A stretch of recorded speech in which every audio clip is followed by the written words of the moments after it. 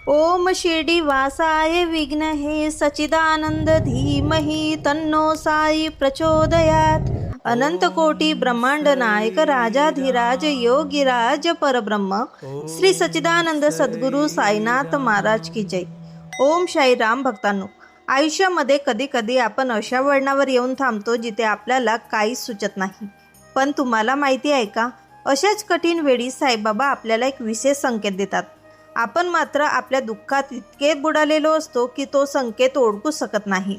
आजची ही कथा तुमच्या डोळ्यात पाणी तर आणेलच, पण तुम्हाला साईच्या त्या गूढ संकेताचा अर्थही समजावेल। हा व्हिडिओ शेवटपर्यंत नक्की पहा, कारण शेवटी दिलेला संदेश कदाचित तुमच्या आयुष्यातील संकटाचे उत्तर असू शकते। ही गोष्ट आहे विठ्ठल नावाच्या एका सामान्य माणसाची। विठ्ठल हा साईबाबांचा परमभक्त, पण गेल्या काही महिन्यापासून त्याच्यावर संकटाचा डोंगर कोसळलेला होता।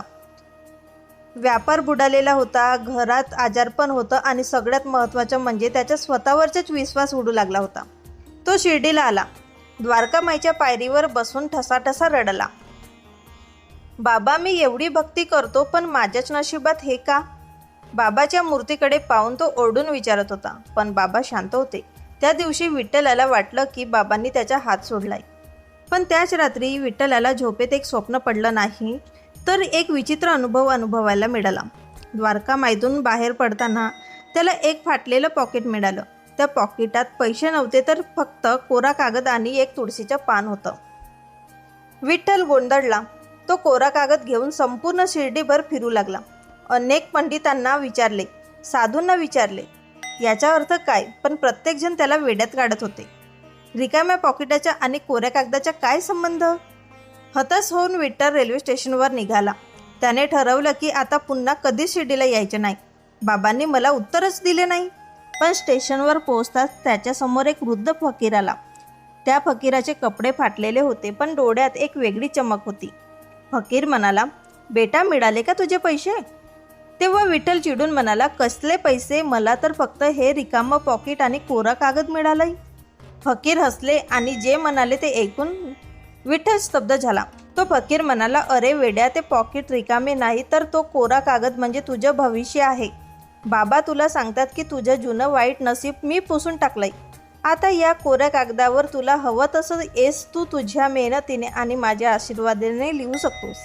तेव्हा विठ्ठल म्हणाला, आणि ते तुळशीचे पान? ते तुळशीचे पान ते संकेत आहे की तुझा संसार आता पुन्हा बहरणार आहे। तू फक्त पैशाकडे पाहत होतास, बाबांनी तुला पूर्ण आयुष्य नव्याने दिलंय। तेव्हा विठ्ठलाला आपली चूक उमजली। तो फकीराच्या पाया पडायला खाली वाकला आणि जेव्हा वर बघितलं तर तिथे कोणीच नव्हतं, फक्त हवेत उदीचा सुगंध दरवळत होता। तो फकीर दुसरे तिसरे कोणी नसून स्वतः साईबाबाच होते। मित्रांनो, आपल्याही आयुष्यामध्ये असंच घडतं। आपण देवाला पैशात किंवा सुखातच शोधतो, पण साईबाबा आपल्याला संकेत देतात, कधी एखाद्या अनोळखी व्यक्तीच्या रूपाने, तर कधी एखाद्या छोट्या प्रसंगातून।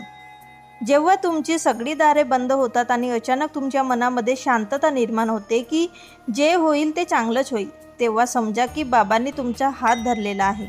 तो कोरा कागद म्हणजे तुमच्या आयुष्याची नवी सुरुवात आहे। तुम्हालाही कधी असा अनुभव आला आहे का? कमेंटमध्ये नक्की सांगा आणि कमेंट बॉक्समध्ये ओम साईराम नक्की लिहा।